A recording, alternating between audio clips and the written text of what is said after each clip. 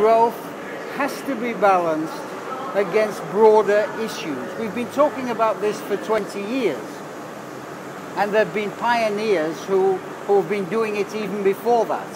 But what's changed at this moment is that the economics have come right to the front in the past 2 or 3 years.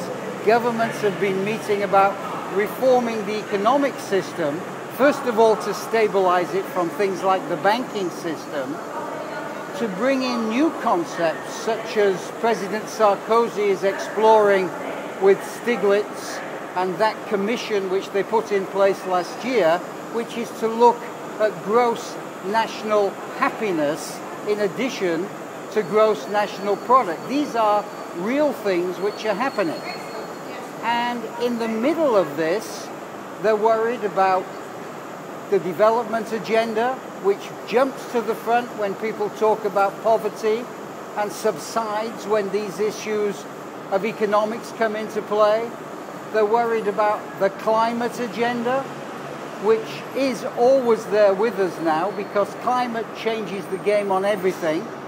And my friend Maurice Strong, the father of the Sustainable Development Movement, is saying it's a potential Armageddon if we don't deal with it. It has to come into this game, and that's why leaders are concerned about the climate change discussions, why leaders are concerned at the G20 about getting the economics right, about why the developing countries and the BRICS are coming together to make sure that their position is factored into everything so that they get funds, particularly funds and technical know-how when this new order of green growth and the green economy is being constructed. Achim Steiner, who has perhaps done more to drive this movement and thinking in recent years, addressing the UN General Assembly 2 or 3 years ago, and I was there representing UNWTO, Achim Steiner said, it's not only about dealing with this issue now, but it's about thinking how to deal with it for the next 40 years, because 2050 is the date when we have to stabilize the global warming by no more than 2 degrees centigrade above the current levels.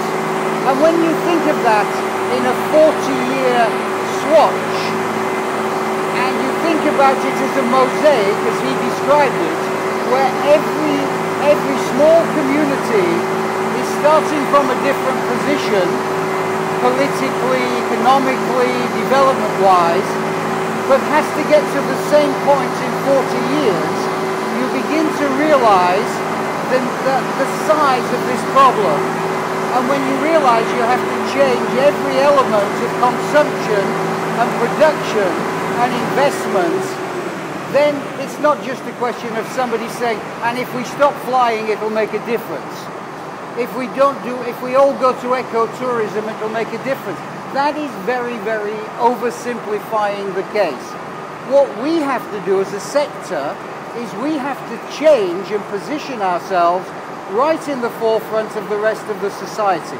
And that leads me to your second point. What is it that we have to change? And Tom Friedman summed it up brilliantly for me in this book he wrote, Hot, Flat and Crowded. And what he said is, first of all, we have to use less energy from hell, black energy, oil and coal. And we have to use more clean white energy from heaven, renewable, solar, tidal, clean nuclear, biofuels, all of that kind of stuff.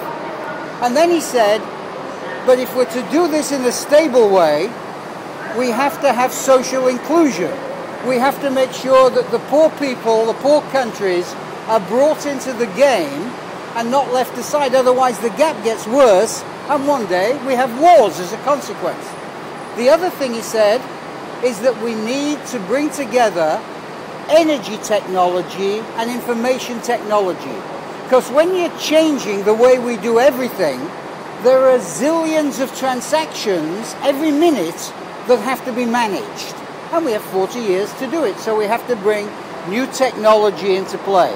And last but not least, we have to do it in a framework that respects conservation, because inside our world, if we don't have a balance of the species, we've discovered that things get totally out of kilter, and when nature gets out of kilter, whether it's the weather or drought or disease, it trumps everything. So that was also a very important issue. Now, last but not least, why is tourism so important in all of this? It's because we are so huge. Every human being aspires to be a traveler. We touch every part of the planet. We are huge in terms of our contribution to traditional economic measurement like GDP. We are vital to job creation, which is going to be the biggest problem that we're going to have for the next 5 to 10 years around the world. And we can make the change. Our challenges are operating in different ways, understanding and measuring our impacts, changing our practices, getting rid of the bad ones, emphasizing the good ones. And because tourism only happens because you need many parties, but particularly the public and the private sector, because there are some 50 transactions in any single trip involving combinations of both of these parties, you have to make sure that it's undertaken in a way which brings those parties into play at the same time. The key to this is to make sure that we're treated like other sectors. So some of the benefits we have at the moment, like not paying tax on aviation fuel, that has to be resolved. Some of the disbenefits, like governments for avaricious reasons hitting a particular category of people like travellers for a tax like the airport tax in the UK, this has to be rationalised and brought into shape. But obviously, and the industry then has to do its part about getting its impacts properly into place along with the rest of society over 40 years and in a very proactive fashion.